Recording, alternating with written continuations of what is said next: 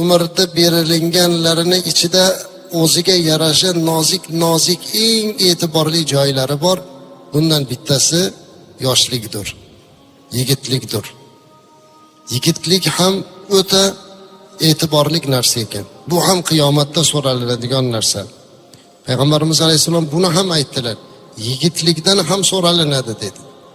Va yigitligini g'animat qilib o'tkazganlarga katta mukofotlar va'da qilindi. Mana shunday mukofotlardan bittasi arshning soyasida rohat olishlikdir.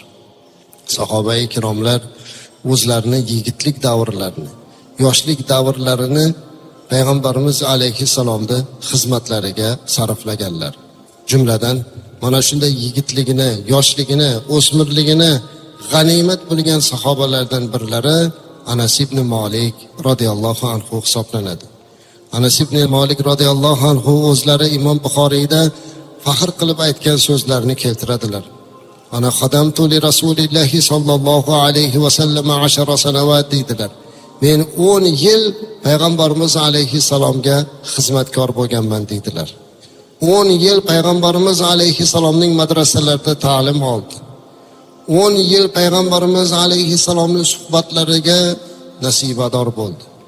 10 yil Payg'ambarimiz alayhissalatu vasallamning nazarlarini topishlikka musharraf bo'lgan bu sahobadan ortiqroq baxtli kimsa bo'lmasa kerak.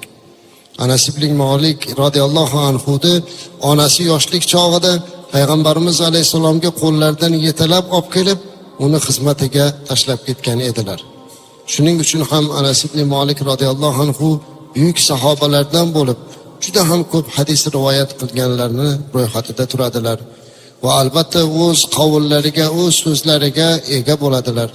Juda ko'p kitoblarimizda Anas ibn Malik radhiyallohu anhu rivoyat qilgan hadislardan tashqari Anas ibn Malik radhiyallohu anhuning o'z so'zlari ham, o'zlarini ilmga bo'lgan targ'iblari ham, duolari ham ko'p joylarda zikr qilinib keladi.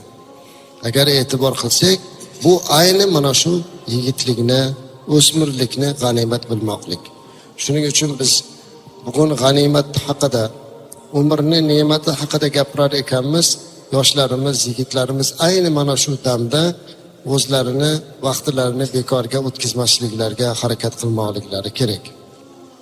Ya'ni biror bir hunarni o'rganib yoki bir ilmni o'rganib, imkoniyati bo'lsa ota-onasi tirik bo'lganda ularni xizmatini qilib, ularni duolarini olish imkoniyati, oila topib, yaxshi bir jufti halolga uylanib, Alloh nasib qilsa farzandlar ko'rib, farzandini ham rushdi hidoyatlik va quvvat iymonli qilib tarbiya qilishlikdek mas'uliyatni o'tash vazifalari ham ayni mana shu yigitlik davrida bo'ladi.